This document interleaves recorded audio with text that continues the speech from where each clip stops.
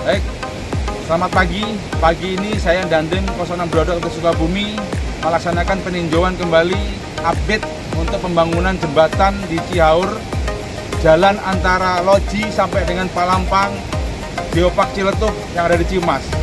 Hari ini tanggal 13 Desember 2024. Pembangunan jembatan yang di belakang ini terus dilaksanakan.